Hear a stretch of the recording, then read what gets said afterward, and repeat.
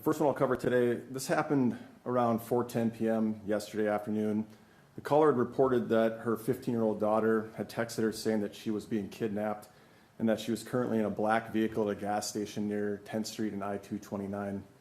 Officers were able to quickly locate the vehicle on traffic cameras in the area and track the vehicle as it got onto I-229 heading at the 10th Street on-ramp, actually. The vehicle then eventually exited on Minnesota Avenue. The mother of the victim in this case was also using an app to track her daughter and was giving updated location information to Metro Communications, which was then being relayed to the officers who were trying to locate the vehicle in this case.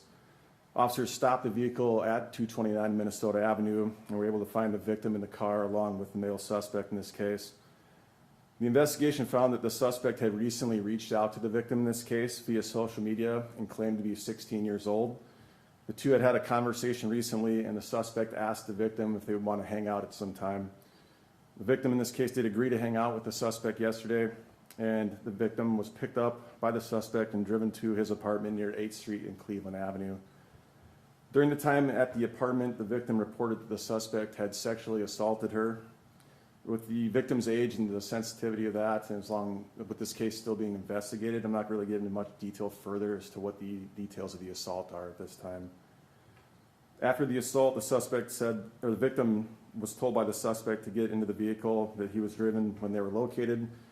They went to a gas station nearby, and when the suspect exited the vehicle, that's when the victim reached out to her mom and gave her the information that she was being kidnapped.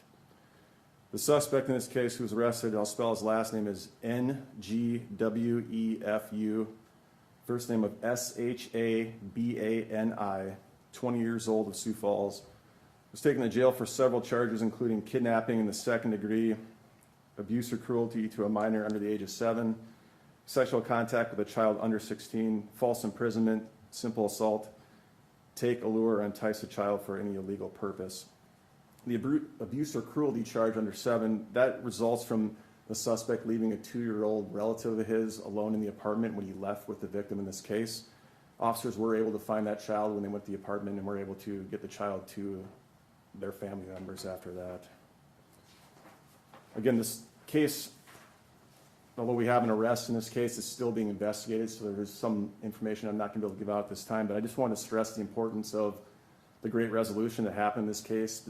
This was a call that came out, and 12 minutes later the officers had found the car and detained the suspect and were able to locate the victim and get her to safety.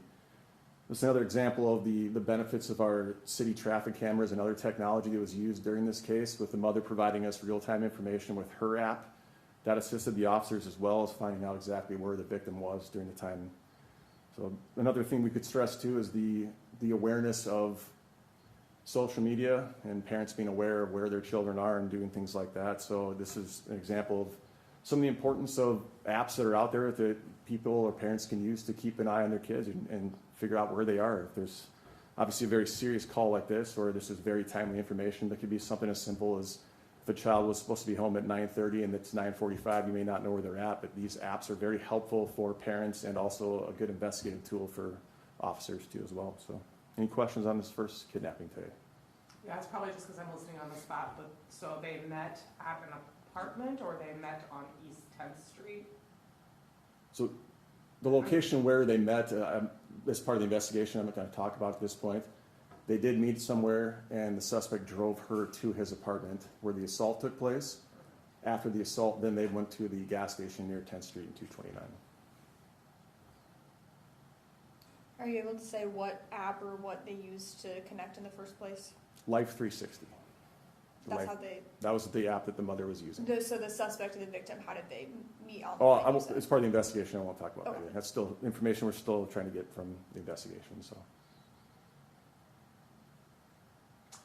Do we know anything about the suspect's criminal history? Is this something that has been an issue in the past? I'm not aware of his history involving kidnapping like that.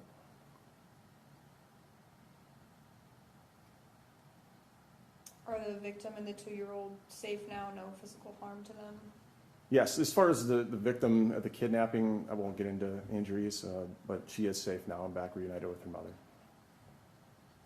Was she seen at a hospital? I'm not aware if she was gone to the hospital or